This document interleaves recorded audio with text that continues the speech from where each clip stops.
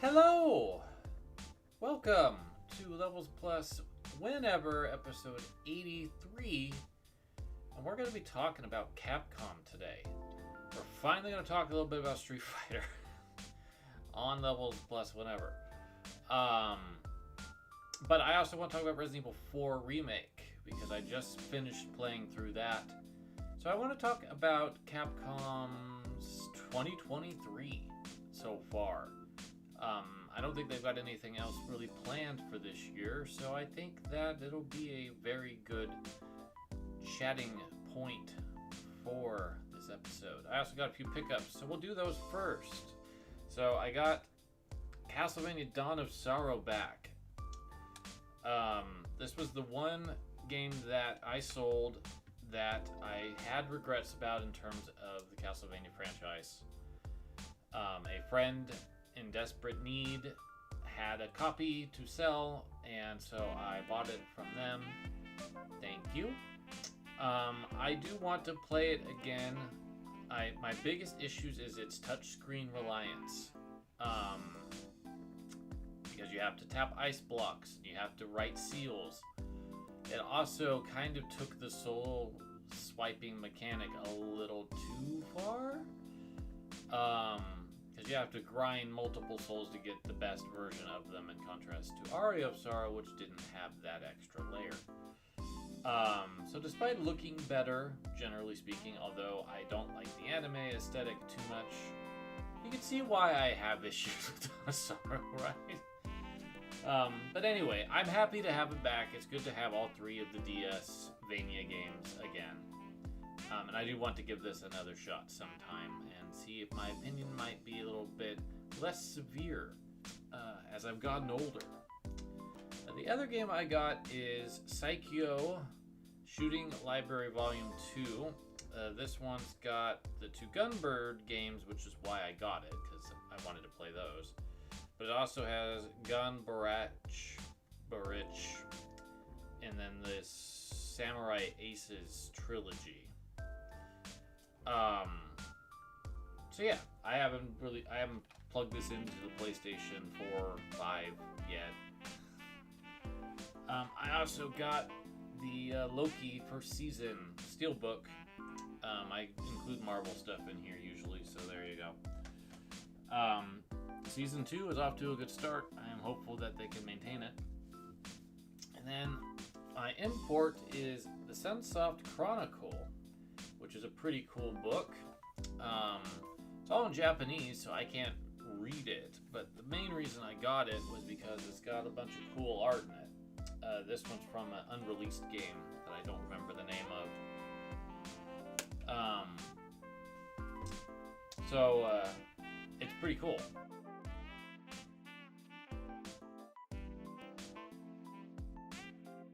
So, let's talk about Capcom. They've had a pretty good year, right?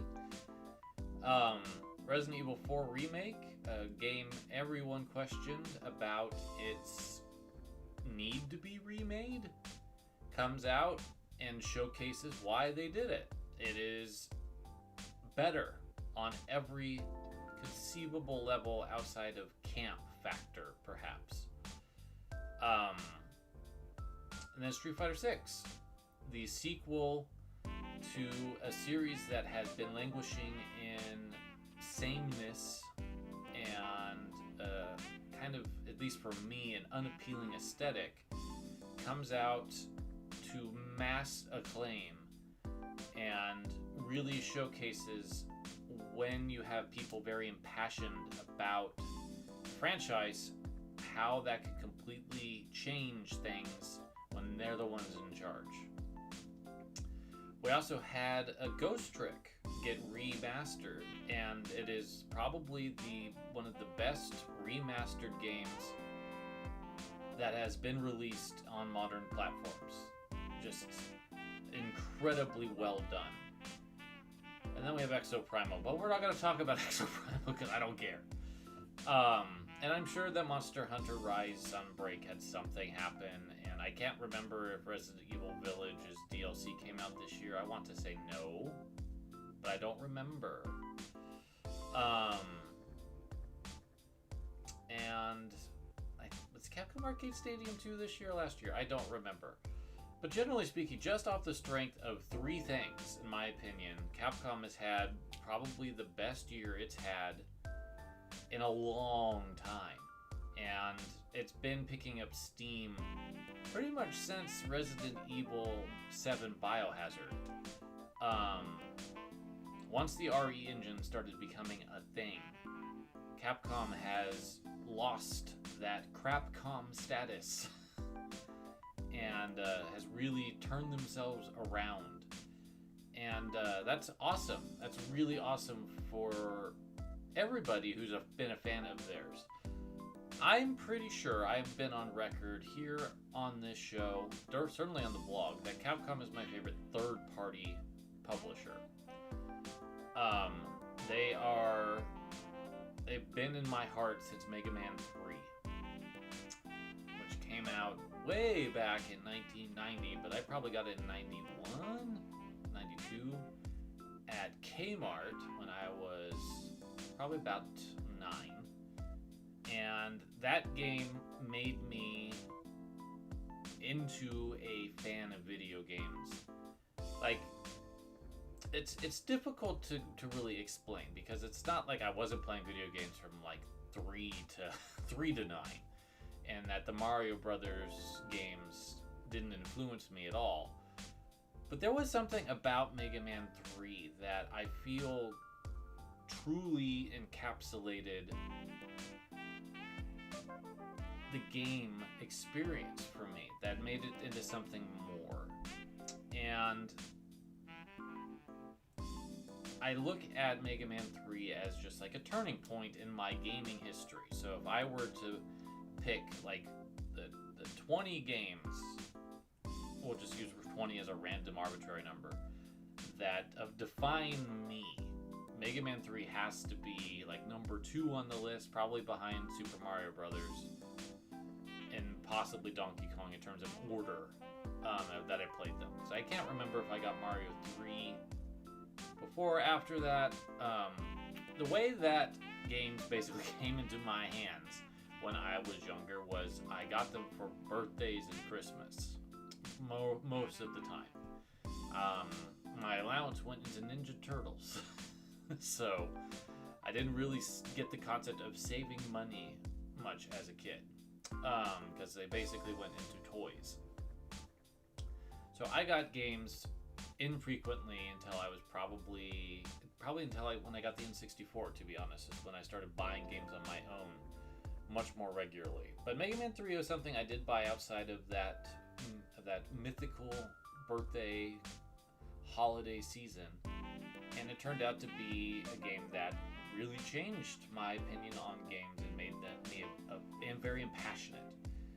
I wrote strategy guides, I did a ton of artwork for those guides, and just for fun. It's like that's one of the things that really defined my early art style. I don't have any of it anymore, unfortunately. But I just remember spending hours playing Mega Man 3, learning the passwords, learning the strategies, testing every Robot Master weapon. That's why there's a tactics page on Levels Plus, is because that's basically an homage to this time when I fell in love with Mega Man 3. And then Street Fighter 2 came out, and I played it in arcades, and it blew me away. I bought a strategy guide for Turbo when that came out on the Super Nintendo that had some Super Street Fighter 2 coverage in it as well. I loved that book. That book was my pride and joy for so long. I took it with me to school. I got in trouble taking it with me to school because there's a shot that Akiman did of Chun-Li doing her spinning bird kick, and it was risque, and a yard duty happened to come across it and deemed it as inappropriate, and I had to negotiate with the middle school to get the book back. I don't remember if my parents got involved, but it's fun getting in trouble for video games, tell you what. But I didn't have a way to play Street Fighter at home for so long, and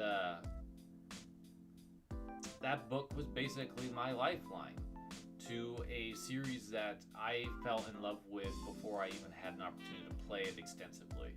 It wasn't until the Dreamcast that I was able to really embrace Capcom fighting games with Marvel vs. Capcom, Marvel vs. Capcom 2, Street Fighter Alpha 3, Project Justice, Street Fighter 3 Third Strike, Tech Romancer,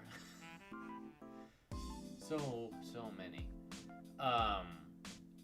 And then with Resident Evil, I couldn't play this because I had a PlayStation, but when Resident Evil 2 came out on the N64, I bought that and I loved it. It's still on my top 111. I don't think even when I get to RE2 Remake that one's going to leave the list, because that's the game that made me love Resident Evil, and then get into the rest of the series as much as I could through limited means, through the Dreamcast, getting Code Veronica, and then I think I got Nemesis as well for the Dreamcast. I don't have Nemesis anymore.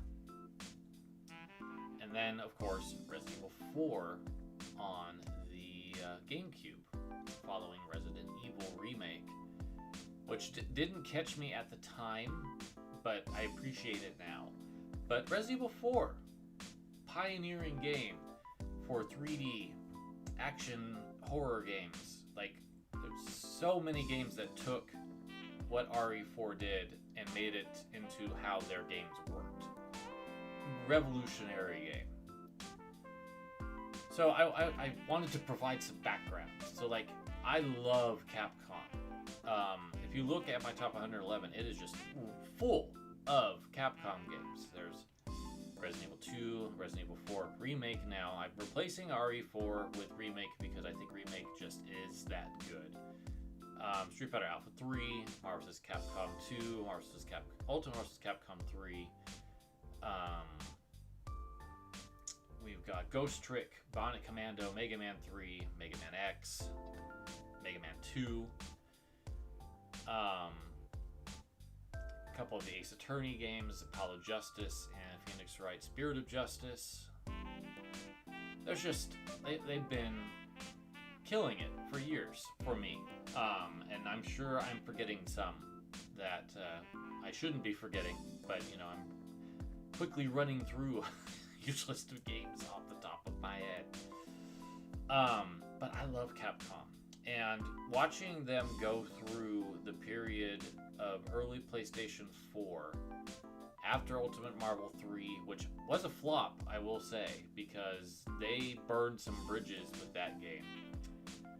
But following Street Fighter 4, I feel like Capcom had a difficult time trying to find who they were again. Resident Evil 5, a good game, a racist game, problematic game. Tried too hard to do something. Resident Evil 6. Some people love Resident Evil 6. I feel Resident Evil 6 is the worst Capcom game I've played in a lot of ways. It did not click for me. What they were trying to do with it was basically taking RE5 and making it even more actiony, but for me it didn't work. And it's probably because, and I read this earlier today because there was some talk about Resident Evil 6 last night in a Discord that I'm in, that if you play it like Resident Evil 4 or 5, you're going to have a hard time. And that's how I played it. And you have to approach it through its own merits. And I don't know if I'm going to do it. I don't like the story that much in Resident Evil 6 either. So I just feel like that game, until it eventually gets remade, because that seems to be what Capcom's doing, I'm not going to touch that again. But, and then the Revelations games were like held up as like, here's the good ones, but I still feel like the 3DS Revelations was fine for what it is. I never got into Revelations 2 for whatever reason. But, and then, you know, Street Fighter after 4, we had 5 and Cross Tekken, both of which had disastrous launches. Cross Tekken never redeemed itself, thanks to its on-disc DLC and gym system. just did not land. And then, like I said, Ultimate Marvel 3 failed because people didn't want to buy the same game twice in a year. That's basically what happened with Ultimate Marvel 3. Devil May Cry 4 wasn't really a success, so they tried to reboot it, and that did not go over well, with Ninja Theory taking over. That is a pretty universally reviled game in terms of aesthetics and characters. So people like how it plays, but did not have a very good reaction. Honestly, Monster Hunter and Ace Attorney probably carried Capcom through a lot of tribulations and a lot of failed experiments with their other franchises and with new IP. They tried to bring back Bionic Commando. Rearmed went pretty well. The actual 3D platforming action game did not go well, and Rearmed 2 did not capture the same audience that the original did. Oh, what else? We've got the Strider 2014. That was a pretty good game. I like Strider 2014 a lot. I think that's another one that's on my top 111. But I don't think it sold super great. I don't think that it set the world on fire. As unfortunate as it is. Double Helix's last game as an independent studio before Amazon bought them, and who knows what they are now. Ghost Trick came out in this time frame. The best game Capcom made for like years. But it was locked to the DS and then mobile forever. And again, it was a new IP, so I don't really think it had a whole lot of selling power because I don't think Capcom marketed it very well at the time of its launch. So like, we have all this stuff floating around, and there's a ton that I'm not even covering. We had Okami did on the DS as well, which was probably the last gasp for Okami having anything new done with it. And it didn't really capture an audience either. Mega Man fell off hard in this time frame. When Inafune left, we had lost 2 projects, and then Mega Man did not exist outside of compilations until Mega Man 11 and mobile games. Which 11's also a pretty good game. I haven't played that one yet. But like, it's like mind-boggling to me how far off the wagon Capcom fell for so long. And then with Resident Evil Biohazard, they seem to find themselves again. And it took a bit of doing. They managed to rebuild Street Fighter V to have some credibility. It took a long time to get to that point. It took 5 seasons of content on top of a lackluster base game to finally get there, but they did. I'm not going to play it. I don't have any interest in Street Fighter V, but kudos to them for ironing it out and smoothing out the rough edges. I still think it's a very compromised release, even with all of those additions. I do hope that Akira does make the jump over to 6, because that's really the only thing that makes me want to play 5, is the fact that they added Akira from Rival Schools to it. Devil May Cry 5 redeemed the franchise. Fantastic game. One I'm looking forward to playing at some point. I haven't picked it up yet, but it's on my list. I plan on it. I've got all the other REs to play. So that's Village. I don't want to play 7 because I've seen it too much. And mechanically speaking, that game is the least interesting of them. I think Village is trying to be Resident Evil 4, so that intrigues me to some extent. To see how they reinterpret 4, especially since Remake has now come out and is the best Resident Evil game that I've played. And then 2 and 3 Remake are the other ones that I want to try out. Ghost Trick and all the Ace Attorney remakes or remasters have been really, really good, and Apollo Justice looks like it's going to be the best one yet. Mega Man 11, as I said. Ghosts and Goblins Resurrection, pretty quiet release, but ultimately a good modernizing of that classic franchise. Capcom arcade stadiums, really solid compilations that Capcom did themselves. Capcom Fighting Collection, one of the best compilations that you can get in terms of just stuff. Like, it's just got a really cool niche selection of games, and it's got pretty good online and a lot of unlockables to explore. It just feels like Capcom's back. And it's like being able to play some of the games outside of the Switch. Because, let's be honest, in terms of Capcom's primary focus, it has not been the Switch. It's been a regrettable decision, I think, on their part. And they missed it at the beginning with a very ho-hum Ultra Street Fighter 2, the new challengers, which blew up and was a phenomenal smash somehow, despite being a very low effort entry in terms of what they did. And they realized after that they needed to actually be more involved with the Switch, and they've done a pretty good job. You know, the Resident Evil series outside of Revelations and ports of the old games, they're all there, but the new ones, they're available on the cloud now. I wouldn't recommend going that route unless you've got phenomenally good internet and don't want to physically own something. But you can now play practically everything up to Village. I don't think RE4 is on there yet, but it might show up. You can play Mega Man 11 and Ghosts and Goblins Resurrection and all of the Ace Attorney games, Capcom Fighting Collection, Street Fighter Anniversary Collection, the Mega Man compilations. All of those, old school Devil May Cry, Okami HD, Onimusha HD. Like, they've done a pretty good job of catching up. Like, literally the only thing that you can't play on the Switch right now that Capcom has released in recent times is Resident Evil 4 Remake, Devil May Cry 5, and Monster Hunter World. Monster Hunter Rise turned out really well.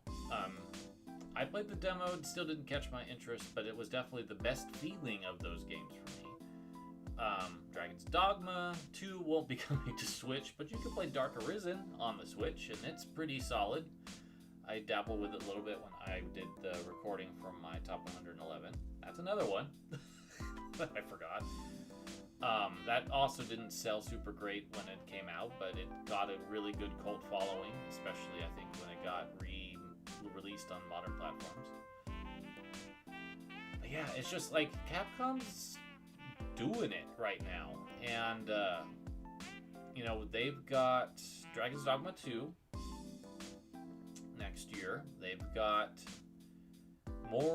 most assuredly a new Monster Hunter project. I'm sure there's a Resident Evil project. They've got that really new IP that they announced that I can't remember the name of. I'll slide it under here. Camera. There we go. We'll slide it under here. That looks really awesome and unique. It could have been an Onimusha game, but it's not. It's its own thing.